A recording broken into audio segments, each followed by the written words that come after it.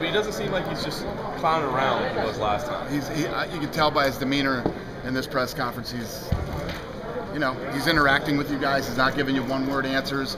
He seems like he's in a good place. I'm so excited for this fight. Dana, Anderson declined to name any specifics in terms of what's changed about his camp. I asked you about that a couple of weeks ago in Sacramento. Just the last couple of days being around him, have you specifically seen anything different that strikes you as different about his surroundings? No, not really. No, I just think two things. Obviously, the way that he acted today at the press conference, the shape he's in. You can see he's in great shape, and that stare down says it all. I'm telling you, Kevin only asked that question at the thing. When I met with him on the Thursday, he was fired up. He was ready. He wanted the rematch. Do you think he needed like this kind of motivation to keep wanting to fight again, wanted to fight again? No, I think he went in there and he's the greatest ever, and he got beat that night and lost his belt, and he wants it back now. I always try to explain to you guys, there's a lot of things that go along with that belt, a lot of things that go along with it, and he wants it back. You bring up a good point about how engaged he seemed today. Can you think back to when the last time you remember seeing him that engaged was? It's been a while. It's been a while. You confirmed that Vitor's next, but is there any situation where a trilogy would make sense? I mean, let's say Anderson does win and you go, wow, that fight was close. Yeah, anything's possible. Right. I mean, anything is possible. I would never say no, but Vitor is, if they go in and it's a decisive win like the last fight was, Vitor's next. But if it's controversial, maybe you think. I don't know. I don't even think like that. I mean, I can't even think like that. It's just, we got to see what happens.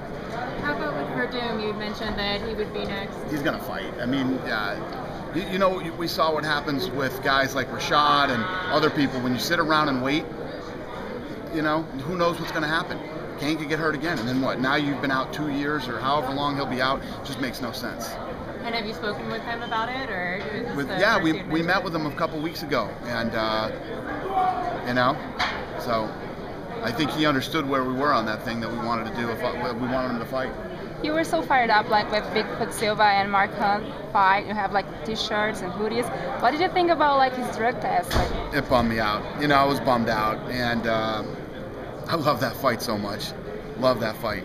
I can't remember. Tell me the last time you saw two heavyweights go at it back and forth like that, ever. And, I mean, it's been a long time. So I was bummed out.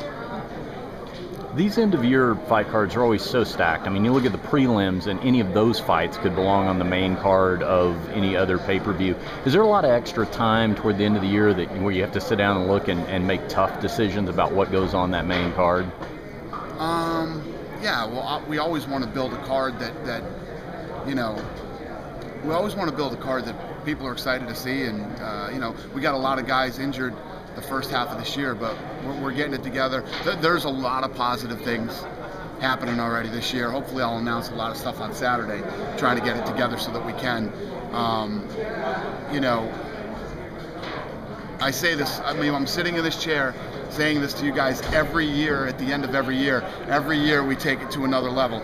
I personally think 2013 was the best year of fights we've ever had in the history of the company. It was unbelievable, and we've got a lot of cool things coming up this next year going right into 14 that hopefully I can announce on Saturday.